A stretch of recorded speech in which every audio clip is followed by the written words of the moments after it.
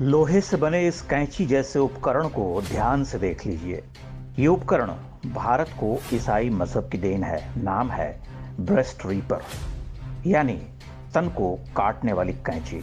गोवा में पुर्तगाली कब्जे के दौरान वहां के चर्च ने इसका आविष्कार भारतीयों के लिए किया था।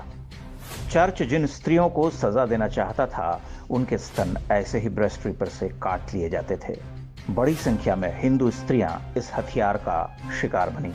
कई बार ईसाई बन चुकी महिलाओं को भी यह सजा दी जाती थी, क्योंकि उन पर संदेह होता था कि वो घर में चोरी छिपे हिंदू देवी देवताओं की पूजा करती हैं। पुरुषों के लिए भी यह अपराध था। उनके लिए दंड की अलग व्यवस्था थी। उस दौर में गोवा में धार्मिक रीति रिवाज तो दूर, घर में तुलसी का पौधा लगाना भी अपराध था। 16वीं शताब्दी के आरंभ में ही गोवा पर पुर्तगालियों का अधिकार हो गया था। इसके बाद से ही स्थानीय हिंदुओं पर अत्याचार शुरू हो गए। लोगों को बलपूर्वक लालच देकर ईसाई बनाने का काम शुरू हुआ। लेकिन वर्ष 1560 में पोप के आदेश पर इनक्विजिशन की शुरुआत हुई। इनक्विजिशन एक तरह की मजहबी अदालत होती है जो उन लोगों को सजा सुनाती है जो चर्च के नियमों का पालन नहीं करते। इसे गोवा इनक्विजिशन के नाम से जानते हैं। वर्ष 1812 यानी 250 साल तक गोवा में रोमन कैथोलिक चर्च ने हिंदुओं पर अत्याचार का जो चक्र चलाया, वैसा उदाहरण विश्व के इतिहास में कहीं और नहीं मिलता। हजारों लोगों का धर्मांतरण कराकर उन्हें ईसाई बना दिया गया। जो लोग चर्च का आदेश नहीं मानते, उनके लिए मौत की सजा तय थी। पुरुषों को टॉर्चर चेंबर में डालकर या जिंदा जलाकर मार दिया जाता था और महिलाओं के लिए इस ब्रेस्ट रीपर का प्रयोग किया जाता था। गोवा इंक्विजिशन के पहले 100 साल में ही 16,000 से अधिक लोग मार दिए गए। बाद के सारे रिकॉर्ड्स वहां के चर्च ने जला दिए। कैथोलिक मिशनरी फ्रांसिस जेवियर की सिफारिश पर गोवा में इंक्विजिशन की घोषणा हुई थी।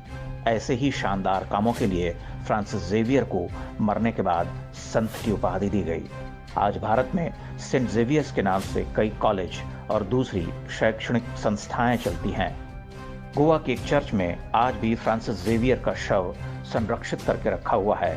गोवा घूमने जाने वाले हिंदू भी उस चर्च में जाते हैं और बिना सत्य जाने सिर झुकाते हैं। सेंट जेवियर जैसी सोच वाले लोग आज भी हमारे देश में हैं। कहीं पादरी, कहीं बिशप, तो कहीं मिशनरी बनकर वो अपना काम कर रहे हैं। आज वही कट्टरपंथी ईसाई हम भारतीयों को मानवता, समानता और मानवाधिकार का पाठ पढ़ाते हैं। लोग गोवा इंक्विजिशन की कहानी भूल चुके हैं। स्वतंत्रता के बाद कांग्रेस की सरकारों ने स्कूली किताबों से इस अत्याचार की कहानियां लगभग पूरी तरह मिटा दी। न तो पोप न पुर्तगाल के शासकों ने कभी अपने इस पाप के लिए भारतीयों से क्षमा मांगने की आवश्यकता समझी। पूरे 250 वर्षों तक किसी धार्मिक समुदाय पर अमानवीय अत्याचारों का ऐसा कोई उदाहरण विश्व इतिहास में नहीं मिलता। यह कोई दैवीय चमत्कार ही है कि गोवा में आज भी हिंदू धर्म बचा हुआ है।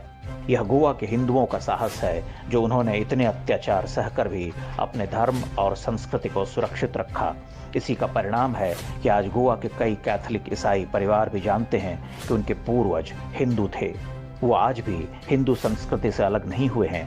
गोवा इंक्विजिशन का इतिहास नई पीढ़ी को बताना आवश्यक है, ताकि फिर कोई पोप या उसका एजेंट ऐसा अपराध न करने पाए। इतिहास को जानेंगे तभी भविष्य सुरक्षित होगा। विश्वास रखिए, एक दिन भारत में सेक्युलरिज्म का मायाजाल टूटेगा और अपनी जड़ों से काट दिए गए हिंदू भी अपने धर्म में लौट कर आएंगे।